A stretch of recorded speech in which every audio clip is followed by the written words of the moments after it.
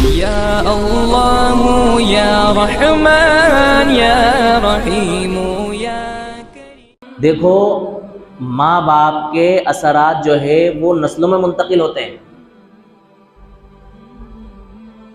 یہاں تک کہ جب بچہ ماں کے پیٹ میں ہوتا ہے، اس کی کوکھ میں ہوتا ہے، اس وقت بھی جو ہے نا ماں کے اثرات اس کو منتقل ہو رہے ہوتے ہیں اور گھر کا ماحول اس پر اثر انداز ہو رہا ہوتا ہے۔ اسی لیے میڈیکل سائنس کی تحقیقات یہاں تک پہنچی ہے کہ جب عورت حاملہ ہو جائے، گربھوتی ہو جائے، تو گھر کے افراد کو یہ چاہیے، خصوصاً اس کے شوہر اور اس کے ساس کو، کہ اس کے لیے بہترین ماحول فراہم کریں،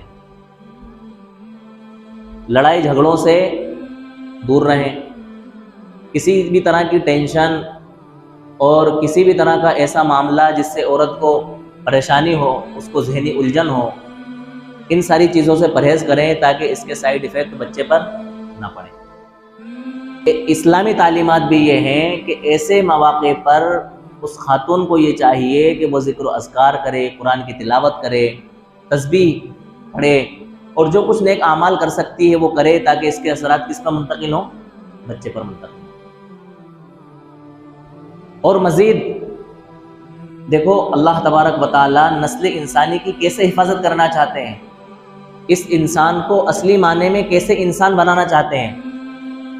اس کے لیے جب کوئی بندہ نکاح کرتا ہے تو نکاح کرنے کے بعد جو دعا دی جاتی ہے اس دعا پر ہم غور کریں۔ وہ دعا ہوتی ہے بارک اللہ لکما وجمع بینکما فی الخیر، کہ اللہ تبارک و تعالیٰ تمہاری زندگی میں برکت دے اور تمہیں خیر پر جمع فرمائے۔ بنیاد کہاں سے رکھی؟ کہ جس خاتون سے آپ نکاح کر رہے ہو، آپ کا نکاح کس بنیاد پر ہونا چاہیے؟ دینداری کی بنیاد پر ہونا چاہیے۔ اور جب آپ کا نکاح ہو جائے تو آپ کے ملنے جلنے والے آپ کو دعا کیا دیں؟ برکت کی دعا دیں اور آپ کے خیر پر جمع ہونے کی دعا دیں۔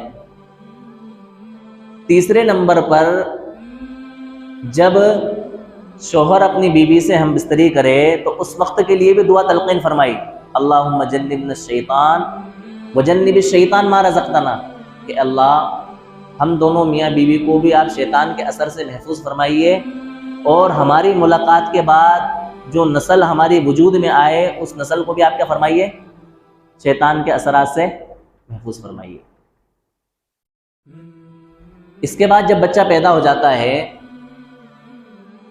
تو پیدا ہونے کے بعد میں یہ تعلیم فرمائی کہ بھئی اس کے سیدھے کان میں ہمیں کیا دینا ہے؟ اذان دینا ہے، اور اس کے بائیں کان میں ہمیں تکبیر کہنا ہے، تاکہ سب سے پہلے پیدائش کے بعد اس کے کانوں پر کوئی آواز پڑے تو وہ کس کی پڑے؟ اللہ تبارک و تعالیٰ کے پاکیزہ لفظ کی اور پاکیزہ کلمات کی آواز پڑے۔ اس کے بعد نے فرمایا کہ اس بچے کا 7ویں دن عقیقہ کیا جائے، اس کا بہترین نام رکھا جائے۔ اس عقیقے کی برکت سے اس کی زندگی میں آنے والے حوادثات، مصائب، پریشانیاں، الجھنیں، ان ساری چیزوں سے بچہ کیا ہو جائے گا؟ محفوظ ہو جائے گا۔ اس کے بعد فرمایا کہ جب بچہ ہوشیار ہو جائے تو پھر اس کو کیا کرو؟ ادب سکھلاؤ۔ ادبوا اولادکم، اپنے اولاد کو کیا کرو؟ ادب سکھلاؤ، ان کو مہذب بناؤ۔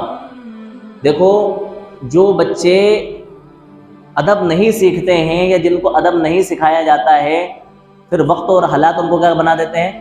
مؤدب بنا دیتے ہیں اور ادب سکھلا دیتے ہیں۔ حدیث پاک کے اندر آتا ہے کہ والد کا اس سے بہترین تحفہ اپنی اولاد کے لیے کچھ نہیں ہے کہ وہ اپنی اولاد کو کیا بنا دے؟ با ادب بنا دے، ان کو کیا کر دے؟ اچھے آداب سکھلا دے۔ اس سے بڑا تحفہ کچھ بھی نہیں ہے ایک والد کے لیے۔ ساری دنیا کی سلطنت اگر اپنی اولاد کو دے دے تو وہ کم ہے اس کے مقابل میں کہ وہ اپنی اولاد کو کیا کر دے؟ اچھا ادب سکھلا دے۔ اسی طرح سے فرمایا کہ جب بچے تمہارے 7 سال کی عمر کو ہو جائیں تو ان کو نماز کا حکم کرو،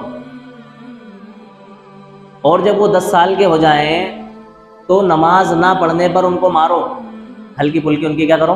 پٹائی کرو۔ اور 10 سال کے جب وہ بچے ہو جائیں تو ان کے بستر الگ کر دو، پھر ان کو ایک بستر کے اندر نہیں سلانا ہے۔ اتنی بہترین تعلیم بچوں کے متعلق ہماری شریعت نے بیان فرمائی۔ تو پتہ یہ چلا کہ اس انسان کی تعلیم اور تربیت پر اللہ تبارک و تعالیٰ نے شروع دن سے ہی بڑا زور دیا ہے کہ اس کو حقیقی معنی میں کیا بنانا ہے؟ انسان بنانا ہے۔ اب ہوتا کیا ہے کہ آج کل زندگیاں اتنی مشغول ہو گئی ہیں، اتنی بیزی ہو گئی ہیں کہ والدین کو اتنی فرصت، اتنا موقع ہی نہیں ہوتا کہ وہ بچوں کی ایکٹیویٹی پر کیا رکھیں؟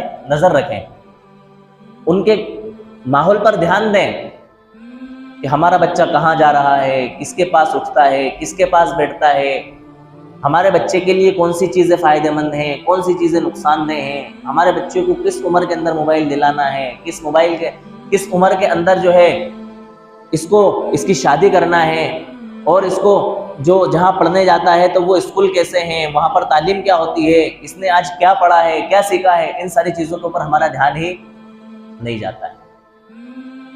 ہمیں کوشش یہ کرنا چاہیے کہ ہم شروع ہی سے اپنے بچوں کی تعلیم اور تربیت پر اتنا دھیان دیں کہ وہ بڑے ہو کر کے مہذب بنے، باادب بنے، سلیقہ مند بنے، ہم خود بھی ان کی اچھی صفات سے اور اچھے حالات سے خوش ہوں اور ہمیں فائدہ پہنچے، اور محلے کے اور دوسرے لوگوں کے لیے بھی وہ باعث فخر بنے اور دوسرے لوگوں کو بھی ان سے کیا ہو؟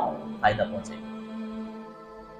اس کے لیے ہم انبیاء علیہم السلام کی تعلیمات پر اگر غور کریں تو ہمیں پتہ یہ چلتا ہے کہ انبیاء علیہم السلام نے صرف اولاد کی ہی دعا نہیں مانگی ہے، بلکہ اولاد کے نیک صالح ہونے کی، ان کے نیک سیرت ہونے کی، ان کے عظیم حلیم فرما بردار ہونے کی دعائیں مانگی۔ اب دیکھیں قرآن کریم کے اندر اللہ تعالیٰ نے حضرت یحییٰ علیہ السلام کی دعا کا ذکر فرمایا، حضرت یعقوب علیہ السلام، حضرت ایوب علیہ السلام، حضرت ابراہیم علیہ السلام، ان کی دعاؤں کے اندر صرف اولاد کی دعاؤں کے مانگنے کا تذکرہ نہیں ہے، بلکہ اولاد کے نیک ہونے کا، اولاد کے حلیم ہونے کا، اولاد کے فرما بردار ہونے کا بھی ذکر ہے۔ انہوں نے اللہ تعالیٰ سے جب اولاد کے لیے دعائیں مانگی کہ اللہ آپ ہمیں اولاد دے دیجئے، تو مختصر اولاد نہیں مانگی،